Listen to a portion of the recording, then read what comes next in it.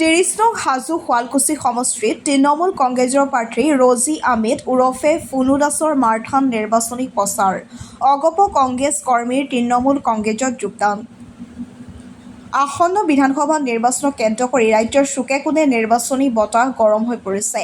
তৃণমূল কংগ্ৰেছৰ প্ৰাৰ্থী ৰজি আহমেদ ওৰফে ফুনু দাসে আজি শনিয়াদিৰ বৃহত্তৰ অঞ্চলত ইখনৰ পিছত সিখনকৈ মাৰাথন নিৰ্বাচনী প্ৰচাৰ চলায়। হাজো শুৱালকুছিৰ বিধানসভা সমষ্টিত তৃণমূল কংগ্ৰেছৰ প্ৰাৰ্থী ৰজি আহমেদ ওৰফে ফুনু দাসে নিৰ্বাচনী প্ৰচাৰ সভাত ভোটাৰ ৰাইজক উদ্দেশ্যি কৰি জয়ী হ'লে হাজোৰ উন্নয়ন সাধন কৰাৰ প্ৰতিশ্ৰুতি প্ৰদান কৰে। ইফালে নিৰ্বাচনী সভাত ৰজি আহমেদ জিন্দাবাদ, তৃণমূল কংগ্ৰেছ জিন্দাবাদ ধ্বনিৰে নিৰ্বাচনী তুংগত কৰি তোলে। হাজোৰ পৰা কমলাকান্ত দাসৰ ৰিপৰ্ট, এআইএন লাইভ। এনেকুৱা ভাল খুব তীব্ৰ গতিত চলি আছে। আজি আমি শনিয়াদি পঞ্চায়তত কৰিলোঁ আৰু বৰ্ণিত কৰিলোঁ, বহুকেইখন সভা কৰিলোঁ, খুব ভাল চলি আছে। আৰু শনিয়াদি মানেতো জানেই, শনিয়াদিখন সদায় আমাৰ মানে পৰিয়ালৰ লগত আছে, দুলু আহমেদ ডাঙৰীয়াৰ লগত আছে, মানে যথেষ্টখিনি ভাল হৈছে।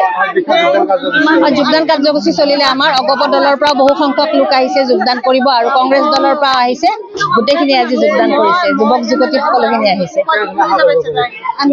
কেনেধৰণৰ আশাৰ পৰা দেখিলেতো ভালেই লাগি আছে, সকলো লোক ওলাই আহি আছে, কৈছে এইবাৰ বোৱাৰীক ভোট দিম বুলি কেনে।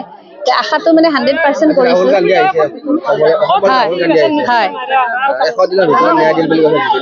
হয়, এতিয়া 100 দিনৰ ভিতৰত দিব, কিন্তু তেওঁলোকে আজি নিৰ্বাচনৰ বতৰত যে 100 দিনৰ প্ৰতিশ্ৰুতি দিলে, আজি জুবিন গাৰ্গ আমাৰ মাজৰ পৰা নোহোৱা আজি 6 মাহ হৈ গ'ল। সেই কথাটো তেওঁ নোহোৱাৰ পৰা কিয় ক'ব নোৱাৰি যে আমি এতিয়াই ন্যায় দিম বুলি? 6 মাহ তেওঁলোকৰ কিয় সময় লাগিল? আৰু এতিয়া তেওঁ কৈছে যে জিকাৰ পিছত 100 দিনৰ ভিতৰত ন্যায় দিব। এইবিলাকতো গম পাই এটা মানে ৰাজনীতিক এটা মানুহক মানে আভুৱা দিছে যে, আৰু জুবিন গাৰ্গক জানে অসমৰ ৰাইজে ভাল পায়, সেইবাবে তেওঁলোকে জুবিন গাৰ্গক লৈ ৰাজনীতি কৰিব বিচাৰিছে। কিন্তু মই ভাবোঁ তেনেকুৱা ধৰণৰ নিকৃষ্ট ৰাজনীতি কৰিব নাপায়। জুবিন গাৰ্গে ন্যায় পোৱাটো আমাৰ সমগ্ৰ অসমবাসী ৰাইজে বিচাৰে, তাৰ লগত ময়ো আছোঁ, কিন্তু সেই ক্ষেত্ৰতো কিন্তু ৰাজনীতিৰ বিষয় হ'ব নালাগে।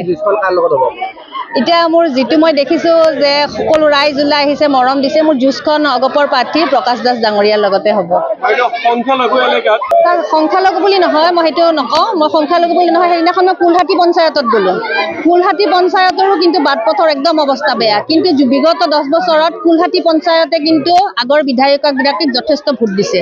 মই এই নকওঁ যে সংখ্যালঘু অঞ্চলসমূহ বেয়া, সমস্ত সমষ্টিটোতে মই যিমানখিনি ভিতৰলৈ গৈছোঁ, সমষ্টিৰ বাট পথ কিন্তু বেয়া। সেইবাবে মই সকলোকে কৈছোঁ যে মোৰ প্ৰধান কাম হ'ব এই সমষ্টিটোৰ বাট পথ, সেয়া কি সংখ্যালঘু এলেকা হওক বা আমাৰ এলেকা হওক, মই সকলোখিনি বাট পথ মানে সমস্যা সমাধান কৰিম বুলি মই প্ৰতিশ্ৰুতি দিছোঁ ৰাইজক।